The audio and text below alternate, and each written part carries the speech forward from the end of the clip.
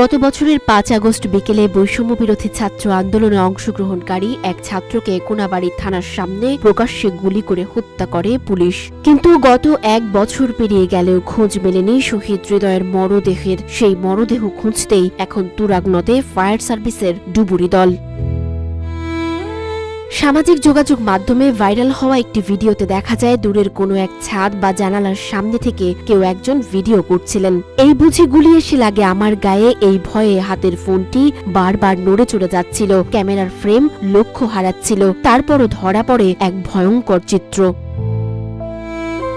দূর থেকে কিছু একটা টেনে আনতে দেখা যায়। একটু কাছে আসতে দেখা গেল একটি রক্তাক্ত নিথর দেহ টেনে আনছেন ৩ জন। এই ৩ জনের দুজনই পুলিশের পোশাক পরিহিত। পরে পুলিশের সাথে অন্য একজন মিলে লাশটি একটি গলির ভেতরে নিয়ে যায়, আর মাটিতে জড়িয়ে থাকে রক্ত।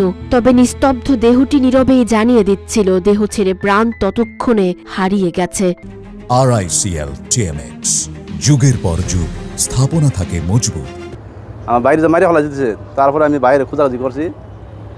পরে চিপাগুদা গেছি যে মানুষের সাহায্য নেমে হেল দেবো, এই চিপাগুদা খুঁজছি, হেমে গেছে, পুলিশ আমার দেখে গুলি করছে।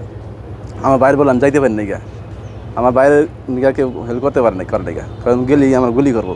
যাওয়ার তখন পরিবেশ নাই, অনেক মাঝে হেল্প চাইছি, কেউ জানাই। পরে ওই দিনে নাস্তা নইয়া পুলিশে পলাই যায়। বলছিলাম ২০২৪-এর গণ অভ্যুত্থানের কথা। এভাবেই গাজীপুরের কোনাবাড়ী থানার সামনে পুলিশের গুলিতে নিহত হন হৃদয় হোসেন। সে সময় সঠিক তথ্যপাত্য না থাকায় পরবর্তীতে তার লাশ আর খুঁজে পাওয়া যায়নি। অবশেষে প্রায় ১ বছর পর তুরাগ নদ থেকে উদ্ধার কার্যক্রম চালাচ্ছে ফায়ার সার্ভিসের ডুবুরি দল।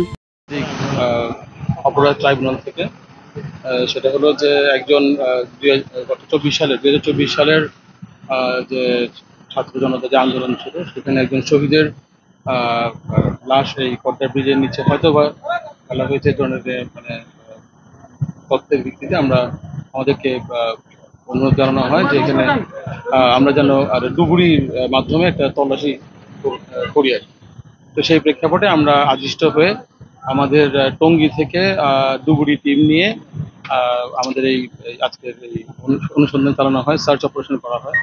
আমরা সকাল থেকে আসছি আমাদের ডুবুরি টিমকে নিয়ে, এবং এখানে আমরা প্রায় ৩-৪ কিলোমিটার আমরা ডাইভ দিয়েছি বিভিন্ন সময়। তো পানির অনেক স্রোত, অনেক স্রোত, তারপর আমরা চেষ্টা করেছি অনুসন্ধান করার জন্য আমাদের ডুবুরিতে, এবং এই কার্যক্রম আমরা এখন পর্যন্ত কোনো ধরনের বিশেষ কোনো তথ্য পাইনি।